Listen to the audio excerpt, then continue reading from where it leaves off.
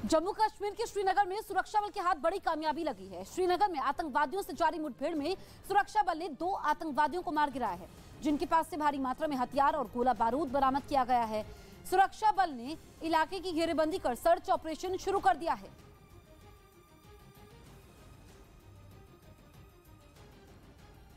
जम्मू कश्मीर के सोपोर में सीआरपीएफ की एक चौकी पर पेट्रोल बम से दिन दहाड़े हमला किया गया। इस हमले का एक सीसीटीवी वीडियो भी सामने आया, जिसमें बुर्का पहने एक महिला सीआरपीएफ की चौकी पर पेट्रोल बम से हमला करती नजर आई। ये हमला होते ही ड्यूटी पर तैनात सीआरपीएफ जवान फौरन हरकत में आए और वो बिना समय गवाए आग बुझाने में जुट गए। यह हमला सोपोर के भीड़भाड़ वाले इलाके में हुआ, जहां हमले के वक्त कुछ गाड़ियां भी वहां से गुजरती दिखी। हमलावर महिला पेट्रोल बम को एक झोले में छिपाकर अपने साथ लाई थी। सीआरपीएफ चौकी को निशाना बनाने के फौरन बाद वो वहां से फरार हो गई, जिसकी तलाश सुरक्षा बल ने शुरू कर दी। रूस के बेलगोरोद में धमाका हुआ है।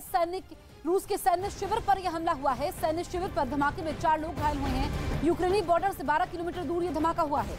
इस वक्त की सबसे बड़ी खबर हम आपको बता रहे हैं। रूस में ये हमला हुआ है। बताया ये जा रहा है कि यूक्रेन बॉर्डर से 12 किलोमीटर दूर सैन्य शिविर पर हमला हुआ है। बेलगोरोद में ये सैन्य शिविर है। आप तस्वीरें देखिए, जोरदार धमाका यहाँ पर होता है और ये बेलगोरोद इलाका है रूस का, जहां पर सैन्य शिविर पर हमला हुआ है। कितना नुकसान सैन्य शिविर को पहुंचा है, ये अभी जानकारी सामने आएगी। उधर यूक्रेन के मारिउपोल शहर पर कब्जे के लिए चल रही जंग का एक वीडियो रूस ने जारी किया। वहां गोलाबारी में 2 और लोगों की जान चली गई, जबकि 29 लोग घायल हो गए और कई लोगों ने जान बचाने के लिए इमारतों के बेसमेंट में शरण ली। मारिउपोल के एक इलाके से जो तस्वीर सामने आई, उसमें रूस और यूक्रेन की सेनाएं एक दूसरे पर ताबड़तोड़ हमले करती दिखी। कहीं रॉकेट लॉन्चर का इस्तेमाल किया गया तो कहीं टैंकों का। शहर की सड़कों पर सेना की बख्तरबंद गाड़ियां गश्त करती नजर आई। वहाँ इतनी भीषण जंग हुई कि कई मकान खंडर में तब्दील हो गए, जबकि कुछ तो आग में जलकर राख हो गए। जंग की मार झेल रहे बच्चों, महिलाओं और बुजुर्गों की सेना ने मदद की और उन्हें सुरक्षित ठिकानों पर पहुंचाया। दावा किया गया कि मारिउपोल के बाहरी इलाके पर रूस के समर्थन वाले विद्रोहियों का कब्जा है, जबकि शहर के अंदरूनी इलाके पर कब्जे के लिए आमने सामने की जंग लड़ी जा रही है। रूसी फौज ने चेरनिव में यूक्रेन के गोला बारूद से भरे एक हथियार गोदाम पर इतने बम बरसाए कि पूरा गोदाम तबाह हो गया। सबूत के तौर पर उसने हमले का एक वीडियो जारी किया, जिसमें एक गोदाम आग की लपटों के बीच घिरा दिखा। चारों तरफ सिर्फ लपटें ही नजर आईं। धमाके के बाद देखते ही देखते आसमान काले धुएं से भर गया। विस्फोट इतने भयानक थे कि ऐसा लगा मानो कोई ज्वालामुखी फूटा हो। रूसी लड़ाकू विमानों ने आसमान से गोदाम को टारगेट कर हमले किए। बमबारी के बाद हुए धमाकों से पूरा इलाका थर्रा उठा। रूस ने दावा किया कि उसने जिस गोदाम को ध्वस्त किया उसमें यूक्रेन ने कई मिसाइलें और गोला बारूद छिपा कर रखे थे। यूक्रेन से जारी जंग के बीच रूस ने अपने हमले और तेज कर दिए। खार्किव में रूसी हमले से हुई तबाही का एक और नया वीडियो सामने आया, जिसमें कुछ इमारतें टूटी हुई नजर आईं। यही नहीं, कुछ बिल्डिंगें तो झुकी हुई भी दिखाई दी। रूस की ओर से दागी गई मिसाइलों ने शहर को मलबे में तब्दील कर दिया। हमले इतने जोरदार थे कि इमारतों के पास खड़ी कई गाड़ियां भी बर्बाद हो गई। सामने आए वीडियो में आसपास का पूरा इलाका खाली दिखाई दिया। ऐसा लगा मानो पूरा शहर रूसी हमले के डर से खाली हो गया। इरपिन से रूस की सेना को खदेड़ा गया है। कीव के पास इरपिन में भारी तबाही है। इरपिन में नहीं हो रहे हैं हमले। इस वक्त की बड़ी खबर हम आपको बता रहे हैं। इरपिन से रूस की सेना को खदेड़ा गया है। तो ये एक कदम आगे बढ़ते हुए यूक्रेन की सेना ने इरपिन से रूसी सेना को खदेड़ दिया है। और इससे पहले हमने इरपिन में भारी तबाही देखी। दरअसल कीव के पास इरपिन में भारी तबाही देखने को मिली और अब जब रूसी सेना पीछे हट चुकी है, वहां से यूक्रेन की सेना ने रूसी सेना को खदेड़ा है, तो वहां पर हमले नहीं देखने को मिल रहे हैं। यूक्रेन के मिकोलाइव पर रूसी सेना ने हवाई हमले तेज कर दिए। रूसी फौज की ओर से इतनी बमबारी की गई कि वहां की एक सरकारी इमारत खंडहर में तब्दील हो गई और उसमें मौजूद 7 लोगों की मौत हो गई। इस हमले का एक वीडियो भी सामने आया, जिसमें मिकोलाइव शहर की एक सरकारी इमारत पर बम गिरता दिखा। इसके बाद वहां जोरदार धमाका हुआ और फिर उस इमारत से धूल का गुबार ऊपर उठता नजर आया। कुछ सेकंड में ही वहां ऐसा धुआं छाया कि ठीक से आर पार दिखना भी मुश्किल हो गया। हमले के बाद की भी तस्वीर सामने आई, जिसमें 9 मंजिला प्रशासनिक भवन खंडहर जैसा दिखा। बमबारी की वजह से उस इमारत के बीचों बीच एक बड़ा छेद हो गया और उसकी खिड़कियां, दरवाजे और दीवारें सब तहस नहस हो गई। बिल्डिंग का जो हिस्सा सबसे ज्यादा तबाह हुआ, उसका मलबा जमीन पर आ गिरा। बताया गया कि इसी मलबे में दबकर 7 लोगों की मौत हो गई। हालांकि हमले के कुछ ही देर बाद वहां फंसे बाकी लोगों को निकालने के लिए राहत और बचाव दल के लोग जुट गए। रूस ने एक बार फिर परमाणु बम से हमले की धमकी दे दी। इस बार बयान रूस के रक्षा मंत्रालय के प्रवक्ता की तरफ से आया, जिन्होंने जिक्र तो यूक्रेन की जंग का किया, लेकिन धमकी नेटो को दे दी और साफ कहा कि अगर देश के वजूद को खतरा हुआ तो परमाणु बम का इस्तेमाल किया जाएगा। यह भी साफ कह दिया कि यूक्रेन से जंग में अभी हालात ऐसे नहीं हैं कि परमाणु बम की जरूरत पड़े, लेकिन सवाल ये उठने लगा कि आखिर उन्हें यह बताने की जरूरत क्यों पड़ी, खासतौर पर तब जब 3 दिन पहले अमेरिका के राष्ट्रपति बाइडेन ने परमाणु बम पर पुतिन को अल्टीमेटम दिया था। बाइडेन ने कहा था कि यूक्रेन में अगर परमाणु बम का इस्तेमाल रूस की तरफ से हुआ तो जवाब नेटो की तरफ से दिया जाएगा। यूक्रेन की जंग में शहर के शहर तबाह हो चुके हैं, खूबसूरत इमारतें पहले ही खंडहर में बदल चुकी हैं। साफ है कि अगर परमाणु बम के इस्तेमाल की नौबत आई तो तबाही बहुत बड़े पैमाने पर होगी। इसी तबाही से बचने के लिए खुद रूसी राष्ट्रपति पुतिन ने भी तैयारी शुरू कर दी। खबर है कि उनके लिए खास परमाणु बंकर तैयार किया गया है। पुतिन के बंकर से जुड़ा यह दावा एक खोजी पत्रकार ने किया, जिसमें बताया गया कि पुतिन और उनके खास लोगों के लिए रूस की उराल पहाड़ियों में एक बंकर बनाया गया है और यूक्रेन के साथ जंग में अगर पुतिन परमाणु बम का बटन दबाते हैं तो वो उस वक्त इसी तरह के एक बंकर में होंगे। परमाणु हमले से दुनिया भर में भयंकर तबाही मचेगी, कई नस्लें बर्बाद हो जाएंगी, लेकिन पुतिन ने खुद को और अपने खास लोगों को बचाने की पूरी तैयारी कर ली है। बताया गया कि तमाम सुविधाओं से लैस इस बंकर पर परमाणु बम के हमले का असर नहीं होगा। पुतिन की सीक्रेट मीटिंग के लिए भी यहां अलग से हॉल तैयार किया गया है, जहां उनके सबसे भरोसेमंद अफसरों और सलाहकारों को ही जाने की इजाजत होगी, जो परमाणु बम छोड़े जाने के हालात में पुतिन के साथ बंकर में रहकर आगे की रणनीति तैयार करेंगे। हालांकि इस दावे के बाद कई सवाल खड़े हो गए, और वो ये कि क्या यूक्रेन के साथ युद्ध में पुतिन परमाणु बम का इस्तेमाल करने वाले हैं। यूक्रेन के साथ जंग को 34 दिन हो गए, लेकिन 1-2 शहरों को छोड़कर रूस की सेना को वहां ज्यादा कामयाबी नहीं मिल पाई। ऐसे में आशंका जताई जा रही है कि पुतिन जंग जीतने के लिए परमाणु हमले जैसा कदम भी उठा सकते हैं। इस दावे में इसलिए भी दम दिखता है क्योंकि पुतिन कई बार ये चेतावनी दे चुके हैं कि अगर नेटो इस जंग में कूदा तो वो परमाणु हमला करने से भी नहीं चूकेंगे। हालांकि नेटो देश रूस के साथ युद्ध में सीधे नहीं कूदे, लेकिन वो यूक्रेन को पूरी मदद जरूर दे रहे हैं। रूस यूक्रेन युद्ध में बड़ी खबर आपको बता दें, रूस के सैन्य वाहन पर हमला हुआ है। रूस का सैन्य वाहन तबाह हो चुका है। महायुद्ध ब्रेकिंग हम आपको बता रहे हैं, रूस का सैन्य वाहन तबाह हुआ है हमले में। और तस्वीरें आप देखिए, ये रूस का सैन्य वाहन है जो आग का गोला बन चुका है, काफी नुकसान इसको पहुंचा है। महायुद्ध ब्रेकिंग हम आपको बता रहे हैं यूक्रेन में, और हम देख रहे हैं कि रूसी सैन्य वाहन भी निशाने पर हैं। रूस की सेना को काफी ज्यादा नुकसान पहुंच रहा है। खबर है कि तुर्की में बैठक के बाद पुतिन और जेलेंस्की की मुलाकात हो सकती है। यह दावा यूक्रेन की ओर से किया गया। रूस और यूक्रेन के बीच 28 फरवरी, 1 मार्च और 7 मार्च को भी बात हुई थी, लेकिन उसका कोई नतीजा नहीं निकला।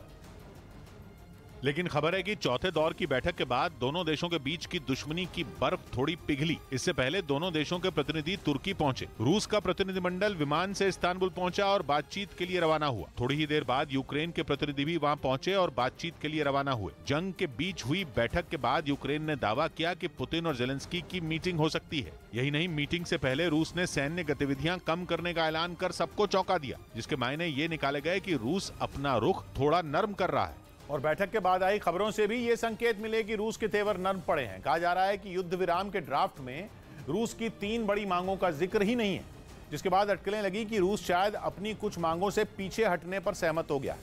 कहा जा रहा है कि जिन 3 बड़ी मांगों से रूस पीछे हटने को माना, उनमें एक ये है कि यूक्रेन में नेतृत्व परिवर्तन नहीं होगा, यानी जेलेंस्की यूक्रेन के राष्ट्रपति बने रहेंगे। वहीं खबर है कि रूस यूक्रेन में उसकी सेना का अस्तित्व बनाए रखने पर भी सहमत हो गया है।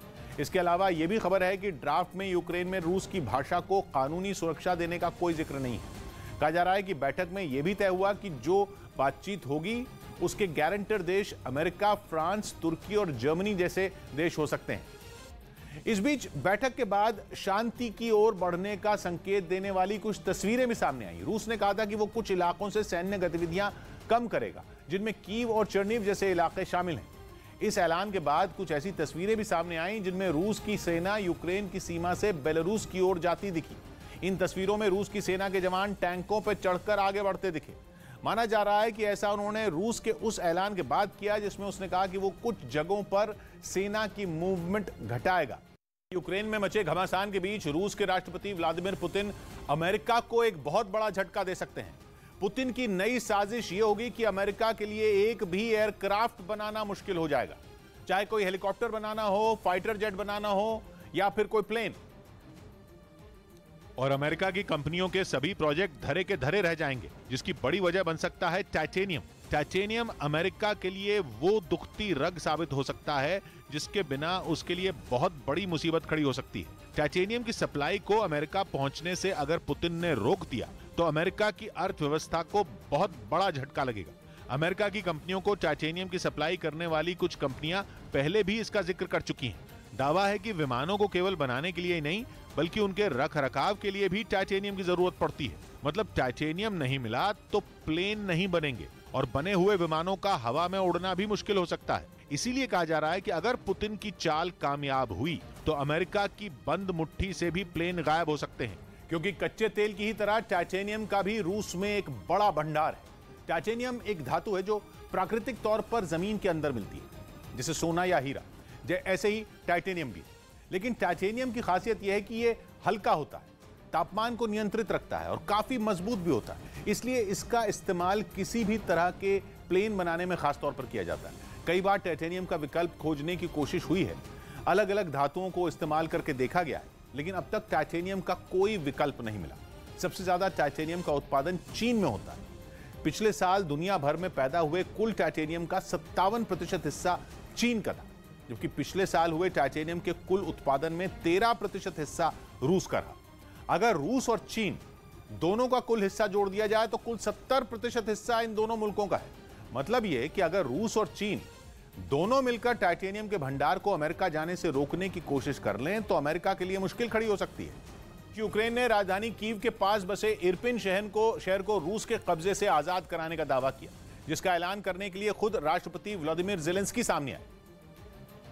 और उन्होंने दावा किया कि यूक्रेन के सैनिकों ने रूसी सेना को इरपिन से पूरी तरह खदेड़ दिया। यही नहीं, उन्होंने कीव के भी कई इलाकों में रूसी सेना को मुंह तोड़ जवाब दिए जाने का दावा किया। हालांकि ज़ेलेंस्की ने इस बात से भी इनकार नहीं किया कि कीव के कई इलाकों में रूसी सेना मजबूत पकड़ बना चुकी है। वहीं इरपिन के मेयर ने भी शहर के आजाद होने की पुष्टि की, लेकिन रूस के हवाई हमलों की आशंका को देखते हुए उन्होंने लोगों से फिलहाल वहां नहीं लौटने की अपील की। वहीं यूक्रेन ने यह भी दावा किया कि उसने त्रोस्तियानत्स कस्बे को रूस के कब्जे से छुड़ा लिया है। यह कस्बा यूक्रेन के सूमे शहर का हिस्सा है, जिस पर जंग छिड़ने के बाद रूस ने कब्जा जमाने का दावा किया था। लेकिन अब यूक्रेन का कहना है कि उसने हमले में बुरी तरह तबाह हो चुके इस कस्बे को रूस से फिर छीन लिया है और वहां अब रूसी सैनिकों का नामो निशान नहीं बचा। वहां से जो तस्वीरें सामने आई उनमें त्रोत्सियानेत्स कस्बे में दहशत के बीच जी रहे लोगों ने यूक्रेन के फौजियों का हाथ हिलाकर स्वागत किया।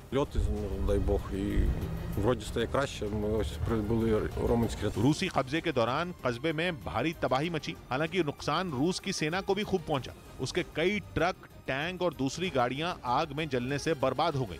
कुछ इसी तरह के हालात त्रोत्सियानेत्स रेलवे स्टेशन पर खड़ी एक ट्रेन के भी देखे गए। हमले में वहां मौजूद अस्पताल भी नहीं बच पाए। इस बीच यूक्रेन के सैनिकों की नजर रूस के 2 फौजियों के शवों पर भी पड़ गई, जिनके इर्द गिर्द वो घूमते नजर आए। यूक्रेन की सेना ने कीव पर रूस के कब्जे के दावे को गलत बता दिया। एक रोज पहले ही रूसी सेना ने राजधानी कीव में घुसने और वहां के कुछ इलाकों पर कब्जे का दावा किया था और अपने दावे को सही ठहराने के लिए एक वीडियो भी जारी किया था, जिसमें रूसी सेना के टैंक और बख्तरबंद गाड़ियां तेजी से कीव में घुसती दिखी थी। कुछ इलाकों में रूस ने दुश्मन के विमानों और मिसाइलों का पता लगाने के लिए रडार तक तैनात कर दिए। यही नहीं, यूक्रेन की सेना के ठिकानों को तबाह करने के लिए मिसाइल तक दागी गई। इस वीडियो को जारी कर रूस ने कीव में घुसने और कई इलाकों पर कब्जे का दावा किया था, लेकिन एक दिन बाद ही यूक्रेन की सेना ने रूस के इस दावे को गलत ठहरा दिया। पिछले कई दिनों से रूसी सेना कीव में दाखिल होने और उस पर कब्जा जमाने की हर मुमकिन कोशिश में जुटी है, लेकिन अभी तक उसे कामयाबी नहीं मिल सकी है। वहीं खबर है कि पाकिस्तान में इमरान को कुर्सी से हटाने की साजिश जिनपिंग ने रची। इमरान पाकिस्तान में मची सियासी उठापटक का ठीकरा विपक्ष पर फोड़ रही है। उन्होंने कभी चीन या जिनपिंग का नाम तक नहीं लिया। लेकिन खबर है कि इमरान जिनपिंग की आंखों में खटक रहे थे, इसलिए उन्होंने पर्दे के पीछे से इमरान की कुर्सी छीनने का षड्यंत्र रचा। ये तो किसी से नहीं छिपा कि पाकिस्तान चीन की भीख पर जिंदा है। कहा जा रहा है कि फरवरी में इमरान खान जब जिनपिंग से मिले थे तो उन्होंने उनके आगे पैसों के लिए हाथ फैला दिए थे। यही नहीं, 2 दिन पहले हुई इस्लामाबाद की रैली में भी उन्होंने चीन की तारीफों के पुल बांधे थे कि पिछले 30 साल में चाइना ने 70 करोड़ लोगों को गुर्बत से निकाला। लेकिन खबर है कि चीन इमरान को सिरदर्द मान रहा है, क्योंकि इमरान राज में पाकिस्तान में चीन का ड्रीम प्रोजेक्ट कहा जाने वाला चाइना पाकिस्तान इकोनॉमिक कॉरिडोर यानी कि CPEC पटरी से उतर गया। और यही बनी इमरान की सरकार पर संकट आने की वजह। कहा जा रहा है कि जिनपिंग ने ही इमरान को हटाने की स्क्रिप्ट लिखी, जिसमें उन्होंने बड़े ही शातिर तरीके से इमरान को पता चले बिना पाकिस्तान की आर्मी और वहां की विपक्षी पार्टियों को अपना मोहरा बनाया और उनकी सरकार गिराने की साजिश को अंजाम देना शुरू कर दिया। खबर है कि इमरान राज में शी जिनपिंग का ड्रीम प्रोजेक्ट CPEC न सिर्फ ठप हो गया, बल्कि इस पर काम कर रही चीन की कंपनियों को भी पाकिस्तान सरकार ने भुगतान नहीं किया। इस बारे में हाल ही में चीन की एक कंपनी ने इमरान सरकार को चिट्ठी भेजी थी, जिसमें लिखा गया था कि पाकिस्तान को चीन की कंपनी को 1200 करोड़ रुपए से ज्यादा का भुगतान करना था, लेकिन अब तक उसे सिर्फ 875 करोड़ रुपए का ही भुगतान हुआ है। यही नहीं, चिट्ठी में पैसे देने के लिए 24 मार्च तक की डेडलाइन दी गई थी। कहा यह जा रहा है कि ये तो इमरान सरकार को चीन की सिर्फ एक कंपनी की धमकी थी, लेकिन आंकड़े बताते हैं कि चीन की कंपनियों के अरबों रुपए इमरान सरकार में फंसे हुए हैं। इमरान ने यही गलती नहीं की, बल्कि कुर्सी संभालने के बाद से वो लगातार CPEC की ऐसी शर्तों का उल्लंघन कर रही हैं, जिन्हें गुप्त रखना था और समझौते के मुताबिक पाकिस्तान डील की डिटेल किसी अंतर्राष्ट्रीय एजेंसी से साझा नहीं कर सकता था। लेकिन कर्ज के लिए इमरान ने CPEC की शर्तें अंतर्राष्ट्रीय संस्था IMF से साझा की, क्योंकि IMF अपने सदस्य देशों को आर्थिक मदद देती है। और माना जा रहा है कि इन्हीं वजहों से जिनपिंग ने ठान लिया कि वो इमरान को उनकी कुर्सी से हटाकर दम लेंगे। वैसे खबर है कि कुर्सी के इस खेल में मामला सिर्फ पैसे का ही नहीं, बल्कि नियत का भी है। और कहा जा रहा है कि इमरान की बदली नियत ने जिनपिंग को पाकिस्तान की सियासी सर्कस का रिंग मास्टर बना दिया। पिछले महीने जब इमरान जिनपिंग से मिले तो उन्हें शायद अंदाजा भी नहीं रहा होगा कि मुस्कुराकर हाथ मिलाने वाले और खुद को उनका दोस्त कहने वाले जिनपिंग उनकी पीठ में खंजर घोंपेंगे। वैसे सिक्के का दूसरा पहलू ये कह रहा है कि इमरान ने चीन को धोखा दिया, और वो भी कोई ऐसा वैसा धोखा नहीं। खबर है कि इमरान ने अपने राष्ट्रीय सुरक्षा सलाहकार मोईद यूसुफ के जरिए अमेरिका को ये डील दी थी कि अगर पाकिस्तान को अमेरिका CPEC जैसा कोई ऑफर दे तो वो चीन के साथ CPEC को खत्म करने को तैयार है। लेकिन अमेरिका ने इस पेशकश को ठुकरा दिया और ये बात चीन तक पहुंच गई और जिनपिंग का पारा 7वें आसमान पर पहुंच गया और शुरू हो गई इमरान सरकार की उल्टी गिनती। वहीं यूक्रेन युद्ध के बीच पुतिन के नाम पर धमकी देने वाली कजाकिस्तान की एक RJ को नौकरी से हाथ धोना पड़ गया, क्योंकि उसने फेसबुक पर यूक्रेन युद्ध पर हुई एक बहस के समय अमेरिका और उसके सहयोगियों का समर्थन किया। आरोप है कि बहस बढ़ने पर उसने पुतिन का नाम लेकर एक शख्स को डराने की कोशिश की और उसे चेतावनी दी कि ज्यादा बोलने पर वो अंकल वोवा से कहकर कजाकिस्तान पर हमला करवा देगी। असल में पुतिन के समर्थक उनके लिए इस नाम का इस्तेमाल करते हैं। RJ का ये बयान देखते ही देखते सोशल मीडिया पर वायरल हो गया और इसको लेकर कजाकिस्तान में विवाद गर्मा गया, जिसके बाद लोगों ने कजाकिस्तान के उस रेडियो स्टेशन को निशाने पर ले लिया जहां वो लड़की RJ की नौकरी करती थी। हालांकि विवाद गर्माता देख रेडियो स्टेशन ने उसके बयान से पल्ला झाड़ लिया और उसे नौकरी से निकाले जाने का फरमान सुना दिया, क्योंकि खुद कजाकिस्तान सरकार भी यूक्रेन पर रूसी हमले के खिलाफ बोलने से परहेज करती रही है। यूक्रेन की सेना ने रूस के खतरनाक जासूसी ड्रोन को मार गिराया। ओरलान 10 नाम का यह ड्रोन यूक्रेन के सैनिक ठिकानों की सटीक जानकारी रूस की सेना के पास भेजता था। लेकिन इस बार वो ऐसा नहीं कर पाया, क्योंकि खुद छिपकर जासूसी करने वाला ड्रोन यूक्रेन के सैनिकों की नजर में आ गया और उन्होंने इसे ढेर कर दिया। इसकी कुछ तस्वीरें भी उनकी तरफ से जारी की गईं, जिनमें रूस का ड्रोन जमीन पर गिरा नजर आया। उसके पास ही यूक्रेन का एक सैनिक भी बैठा दिखाई दिया। यूक्रेन के मुताबिक रूस का ड्रोन कैमरे के जरिए ली गई उनकी सैन्य ठिकानों की जानकारी रूसी सेना के पास भेजता था, जिसकी मदद से रूस के सैनिक उनके ठिकानों पर बमबारी करके उन्हें तबाह कर देते थे। और इस बार भी ये ड्रोन ऐसा ही करने आया था, लेकिन यूक्रेन की सेना ने हमला करके उसे मार गिराया। और यूक्रेन ने इसे एक बड़ी कामयाबी बताया, क्योंकि रूस का ये जासूसी ड्रोन आसमान में सैकड़ों फीट की ऊंचाई से भी सटीक जानकारी देता है और इसमें उसकी मदद करते हैं ड्रोन में लगे अलग अलग तरह के कैमरे। ऑर्लान 10 ड्रोन में एक day light camera, thermal imaging camera और एक वीडियो कैमरा लगा होता है, जिनकी मदद से दिन हो या रात ये किसी भी इलाके की छोटी से छोटी जानकारी भी जुटाने में माहिर होता है। ये इतना खतरनाक जासूस है कि अपने लॉन्च स्टेशन से 120 किलोमीटर से 600 किलोमीटर दूर तक जाकर ये वहां की तस्वीरें आसानी से कैद कर सकता है।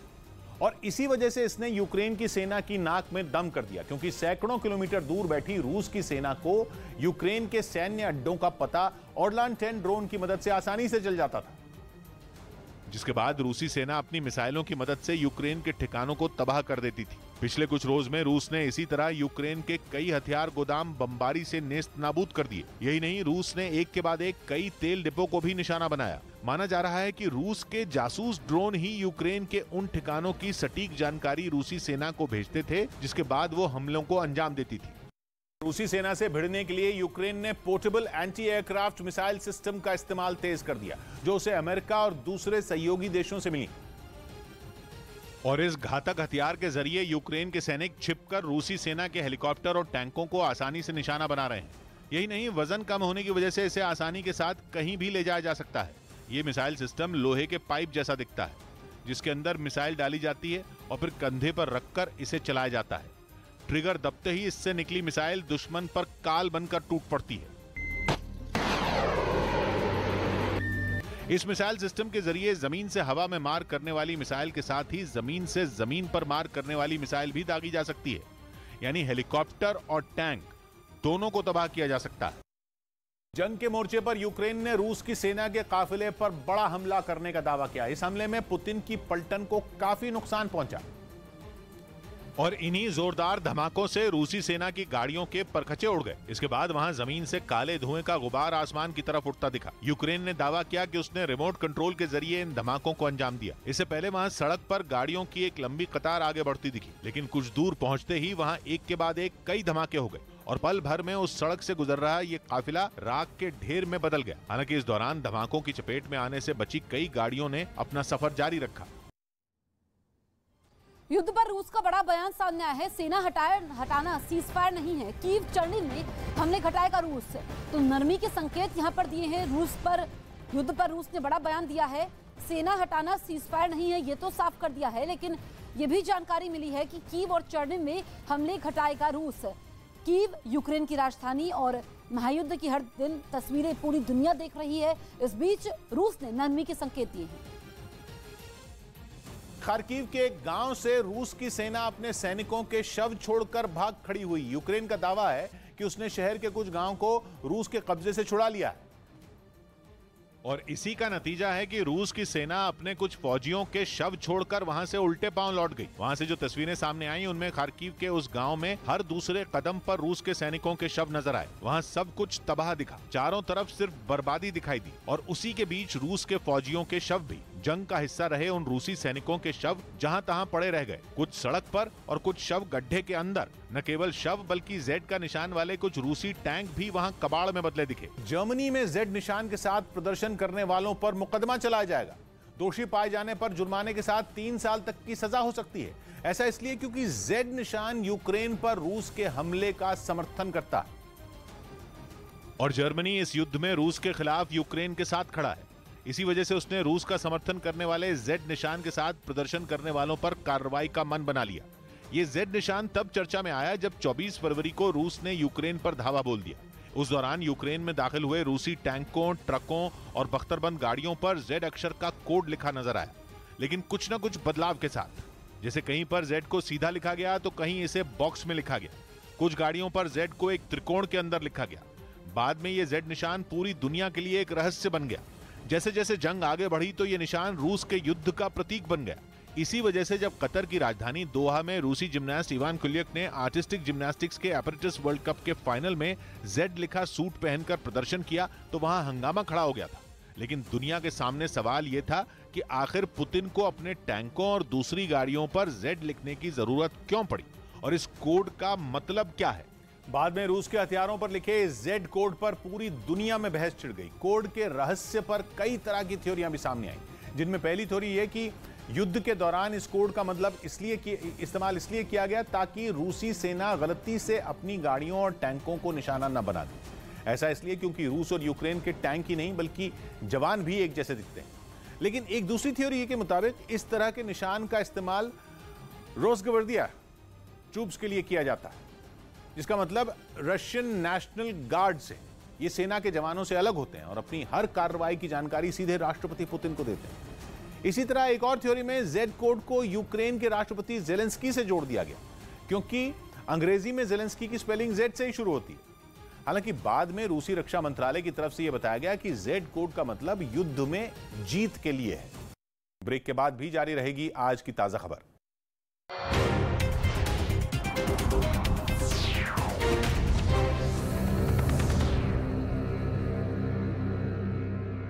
भी वहीं करेंगे, जिसके लिए उन्होंने अंदर ही अंदर तैयारी शुरू कर दी। कहा जा रहा है अगले 1 महीने में उत्तर कोरिया सुरंग का काम पूरा कर लेगा और फिर वो होगा जिससे दक्षिण कोरिया ही नहीं, अमेरिका और जापान भी काम जाएंगे। दक्षिण कोरिया की न्यूज एजेंसी ने तो किम के परमाणु परीक्षण की तारीख भी लीक कर दी और दावा किया कि इसी साल 17 सितंबर को किम जमीन के अंदर परमाणु बम फोड़ेंगे। किम ने पिछला परमाणु परीक्षण करीब 5 साल पहले किया था और कहा जा रहा है कि वो एक बार फिर जमीन के अंदर कुछ बड़ा और भयानक करने की साजिश रच रहे हैं, जिसकी एक छोटी सी झलक उन्होंने खतरनाक मिसाइल छोड़कर दिखाई। यही नहीं, कहा जा रहा है कि कुछ दिन पहले ही पुंगेरी के आसपास जो जमीन हिली वो ही किम के शैतानी दिमाग की प्लानिंग की ओर इशारा कर रही थी। दक्षिण कोरिया ने अपने कट्टर दुश्मन की इस तैयारी से जुड़ी और भी कई बातें लीक की और दावा किया कि किम सुरंग के जरिए जो बड़ा परमाणु हथियार इस्तेमाल नहीं करेंगे। दक्षिण कोरिया का कहना है कि 17 सितंबर किम पुंगेरी में छोटे परमाणु हथियारों का इस्तेमाल कर सकते हैं, जो बड़े परमाणु हथियारों से कम खतरनाक होते हैं। लेकिन डराने और परेशान करने वाली बात यह है कि छोटे परमाणु हथियार का परीक्षण इसी नियत से किया जाता है कि उनका इस्तेमाल किया जा सके। और माना जा रहा है कि किम इन छोटे परमाणु बमों को अपनी बैलिस्टिक मिसाइल में लोड करेंगे और दुश्मनों पर दाग देंगे। ये बात सारी दुनिया को पता है कि उत्तर कोरिया के पास हथियारों का कितना बड़ा खजाना है, जखीरा, लेकिन उनकी संख्या कितनी है ये सही बता पाना मुश्किल है। हालांकि अमेरिका की आर्म्स कंट्रोल एसोसिएशन का दावा है कि उत्तर कोरिया के पास 40 से 50 परमाणु बम। वहीं खबर है कि पाकिस्तान में इमरान को कुर्सी से हटाने की साजिश जिनपिंग ने रची। इमरान पाकिस्तान में मची सियासी उठापटक का ठीकरा विपक्ष पर फोड़ रहे हैं। उन्होंने कभी चीन या जिनपिंग का नाम तक नहीं लिया। लेकिन खबर है कि इमरान जिनपिंग की आंखों में खटक रहे थे, इसलिए उन्होंने पर्दे के पीछे से इमरान की कुर्सी छीनने का षड्यंत्र रचा। ये तो किसी से नहीं छिपा कि पाकिस्तान चीन की भीख पर जिंदा है। कहा जा रहा है कि फरवरी में इमरान खान जब जिनपिंग से मिले थे तो उन्होंने उनके आगे पैसों के लिए हाथ फैला दिए थे। यही नहीं, 2 दिन पहले हुई इस्लामाबाद की रैली में भी उन्होंने चीन की तारीफों के पुल बांधे थे कि पिछले 30 साल में चाइना ने 70 करोड़ लोगों को गुर्बत से निकाला। लेकिन खबर है कि चीन इमरान को सिरदर्द मान रहा है, क्योंकि इमरान राज में पाकिस्तान में चीन का ड्रीम प्रोजेक्ट कहा जाने वाला चाइना पाकिस्तान इकोनॉमिक कॉरिडोर यानी कि CPEC पटरी से उतर गया। कुर्सी के इस खेल में मामला सिर्फ पैसे का नहीं बल्कि नीयत का भी है। और कहा जा रहा है कि इमरान की बदली नीयत ने जिनपिंग को पाकिस्तान की सियासी सर्कस का रिंग मास्टर बना दिया। पिछले महीने जब इमरान जिनपिंग से मिले तो उन्हें शायद अंदाजा भी नहीं रहा होगा कि मुस्कुराकर हाथ मिलाने वाले और खुद को उनका दोस्त कहने वाले जिनपिंग उनकी पीठ में खंजर घोंपेंगे। वैसे सिक्के का दूसरा पहलू ये कह रहा है कि इमरान ने चीन को धोखा दिया, और वो भी कोई ऐसा वैसा धोखा नहीं। खबर है कि इमरान ने अपने राष्ट्रीय सुरक्षा सलाहकार मोईद यूसुफ के जरिए अमेरिका को ये डील दी थी कि अगर पाकिस्तान को अमेरिका CPEC जैसा कोई ऑफर दे तो वो चीन के साथ CPEC को खत्म करने को तैयार है। लेकिन अमेरिका ने इस पेशकश को ठुकरा दिया और ये बात चीन तक पहुंच गई और जिनपिंग का पारा 7वें आसमान पर पहुंच गया और शुरू हो गई इमरान सरकार की उल्टी गिनती। रूस ने एक दिन पहले अपने जंगी ठिकाने पर हुए हमले का बदला लेने का दावा किया, जिसका वीडियो रूस के रक्षा विभाग ने जारी किया। इसमें रूस के हेलीकॉप्टर मिसाइल बरसाते नजर आए, जिनका निशाना था यूक्रेन का एक तेल डिपो। हालांकि यह हमला कहां हुआ इसकी जानकारी अभी तक नहीं लग पाई, लेकिन रूस की तरफ से जारी किए गए वीडियो में मिसाइलों से लैस उसके हेलीकॉप्टर उड़ान भरते दिखे, जिन्होंने तय ठिकाने पर पहुंचकर निशाना साधा और आसमान में मिसाइल दागी। आसमान से रोशनी का एक गोला जमीन की तरफ बढ़ा और उसके जमीन छूते ही वहां जबरदस्त धमाका हो गया। रूस ने दावा किया कि जो तेल डिपो उनकी मिसाइल का शिकार हुआ वो यूक्रेन की फौज के लिए काफी अहम था। вечером 28 марта высокоточными крылатыми ракетами воздушного базирования уничтожено।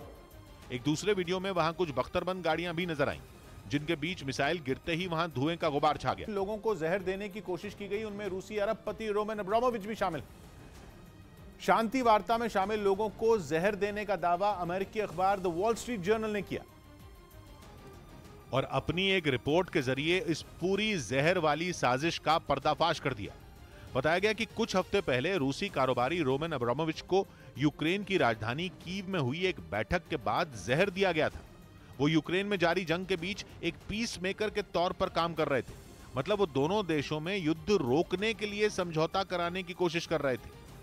द वॉल स्ट्रीट जर्नल की रिपोर्ट में इस बात का जिक्र किया गया कि एक प्रतिनिधिमंडल यूक्रेन पर रूस के हमले को खत्म करने के लिए मार्च महीने की शुरुआत में कीव पहुंचा था, जिसमें रूसी कारोबारी रोमन अब्रामोविच और यूक्रेन के सांसद रुस्तम उमेरोव समेत 2 और अधिकारी शामिल थे।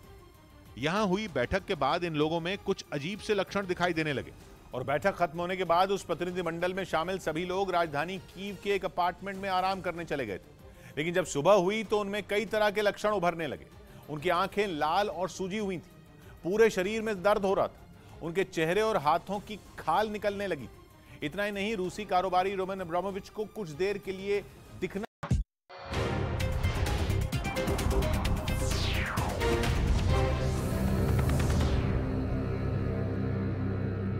इस वक्त की बड़ी खबर आपको बता दें, रूस के बेलोगोरोद में धमाका हुआ है। रूस के सैन्य शिविर पर यह हमला हुआ है। सैन्य शिविर पर धमाके में 4 लोग घायल हुए हैं। यूक्रेन बॉर्डर से 12 किलोमीटर दूर यह धमाका हुआ है। इस वक्त की सबसे बड़ी खबर हम आपको बता रहे हैं, रूस के सैन्य शिविर पर यह हमला हुआ है और जिस सैन्य शिविर पर हमला हुआ है यह यूक्रेन बॉर्डर से 12 किलोमीटर की दूरी पर है। ये तस्वीरें आप देखिए, तेज धमाका सैन्य शिविर में होता है। कितना नुकसान पहुंचा है सैन्य शिविर को, ये जानकारी अभी तक सामने नहीं आ पाई है, लेकिन ये धमाका काफी जोरदार था। इस धमाके में 4 लोग घायल हुए हैं। जम्मू कश्मीर के श्रीनगर में सुरक्षा बल के हाथ बड़ी कामयाबी लगी है। श्रीनगर में आतंकवादियों से जारी मुठभेड़ में सुरक्षा बल ने 2 आतंकवादियों को मार गिराया है, जिनके पास से भारी मात्रा में हथियार और गोला बारूद बरामद हुए हैं। सुरक्षा बल ने इलाके की घेरेबंदी कर सर्च ऑपरेशन शुरू कर दिया है। 2 आतंकी मारे गए हैं। बड़ी कामयाबी सुरक्षा बलों को मिली है। हथियार और गोला बारूद भी आतंकवादियों के पास से बरामद हुआ है। अभी सर्च ऑपरेशन जारी है।